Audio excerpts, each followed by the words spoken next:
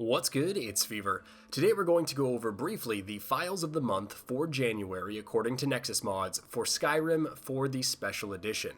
I'll try to give a bit more information about each mod and share with you why these mods are particularly special, although more so this month than many others. Most of these mods do deserve their own individual showcases. They are massive mods that are hard to break down in a minute or two.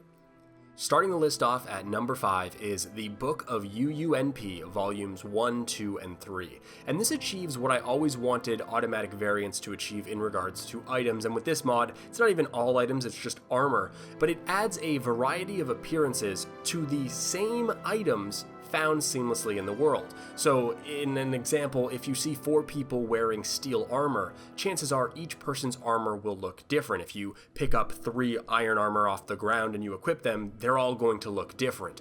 We're talking hundreds and hundreds of unique looking armor or combinations of types of items that are already found in the game that don't act as replacers, they are just adding more choices for the game to pull from. And not only is this going to occur when you see an NPC wearing them, but also, like I said, when you pick them up as loot found in chests, or if you bought them off vendors, or rewards for quests. And following the author, there's a lot coming for this mod in the future. Currently, there is some female exclusive type stuff, but they are currently developing male exclusive type stuff. As per the name, this works the best with a body overhaul like UNP. Even if you've never cared enough to do that in the past in prior playthroughs, this mod alone almost makes it worth it. And thank God there is a non-skimpy edition for the mod in case you don't want to be wearing a battle bikini. I really want to showcase this mod separately later on as it grows and evolves. Coming in at number 4 is Amorous Adventures. And this, oh man, this is a romance mod, but like a super duper crazy one. Even if you don't like the content, you can at least respect the work.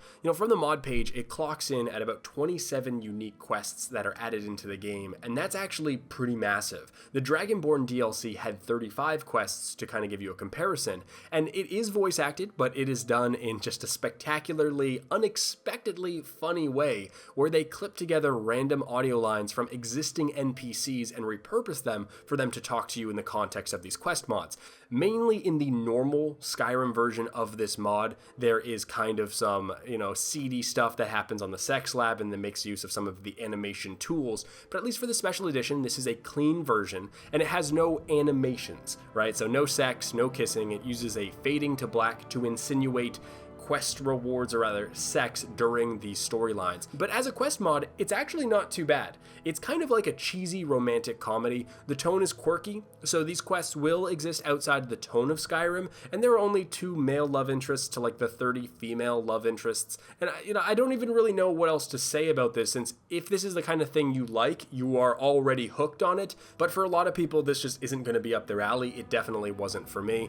Still a better love story than Twilight. Middle of the pack here at number 3 is luckily something that needs very little explanation, as it is an ENB preset, the Skyrim SE Re-Engaged ENB. I should make note that the mod has presets for Vanilla, Vivid Weathers, and Climates of Tamriel, as well as a couple others, but those are the big ones, and the Vivid compatibility really won me over. It's a very good preset. I don't think it's going to replace what I currently use. I think if I had to describe it amongst the countless other ENBs, it's vibrant but dark. It's a pretty good middle-of-the-road performance-wise as far as ENBs go, and because I have this infatuation with screenshots lately, here are a couple the community has taken with this preset. Closing in on the end of the list here with number 2, KS Hairdos SSE. And this does exactly what you'd expect, it just adds a shit ton more hairstyles. Something absolutely ridiculous like over 600, with around 70 of those being for men, which is better than I expected. It caused my system to actually hang when I entered character creation so that it could load the assets just because of how many there were. And on top of this, there are supporting mods that will add even more colors, so even more options if for some reason 600 wasn't enough. They all have that weird digital sheen, if you know what I'm talking about. This isn't taking anything away from it, but I found that it just doesn't look good unless you go full glamour and get mods to sort of change the faces of your character away from vanilla. It kind of looks out of place to have these crazy elaborate hairstyles on the vanilla faces. And I should mention it requires the XP32 Skeleton Special Extended, which requires the 4's new idol Skyrim, or Finis, which makes you run a separate patcher, and I'm just mentioning that because there are people who look at that as just too much hassle, regardless of what the mod does. And lastly, number 1, Moonlight Tales Special Edition, the Werewolf and Werebear Overhaul. Let's just put this out there, that this is the Werewolf overhaul. Nothing even comes close. Others have tried, but not even close. So this is a massive mod to try to get the gist across. Like, basically every part of being a werewolf is better with this mod. So a couple of things that we're looking at is a unique and heavily extended 32 perk system. And something that I thought was cool with that is that some of the bonuses that you get from being a werewolf carry over in kind of passive ways into human form.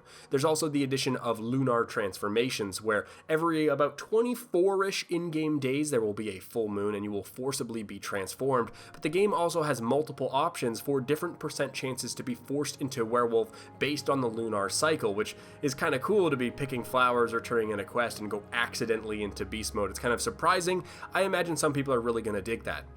They also add a little bit of glamour to your werewolf, allowing you to change your fur colorations and colorways, and there's just a ton of options there. There's also unique and altered stats on loot to better play into the werewolf theme. And on the topic of loot, it does give the ability for werewolves to actually loot and interact with stuff. But probably the coolest thing that this mod adds is the way that it introduces werewolf active abilities and roars. So kind of like dragon shouts, you can only have one equipped, and we all know that sometimes if you don't have a specific shout hotkeyed, it's a bit of a pain to always need to pause the game, enter the menu, and then swap it back.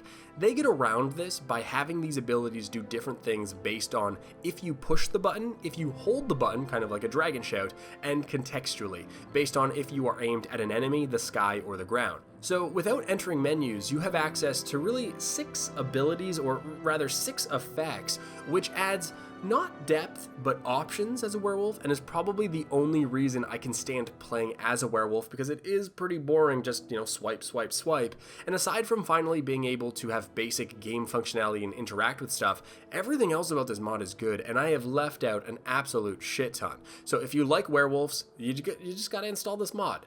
So yeah, this is just 5 really, really solid mods. I didn't do last month because I took a bit of a break, but also when I looked at the list, it was 2 follower mods, a modding tool, and a mod list, so nothing really to get excited about. I am planning to do this for the original Skyrim's File of the Month as well. My main problem is I had uninstalled the game and gotten rid of my mods for that, so that is a bit of a problem. But what I want to do is just create a template where I can make these a little bit faster or easier so that I can actually maintain a schedule, but also do those ones as well, because original Skyrim has some really cool mods coming out. But yeah, that is going to do it for me. Until next time, this is Fever. Peace.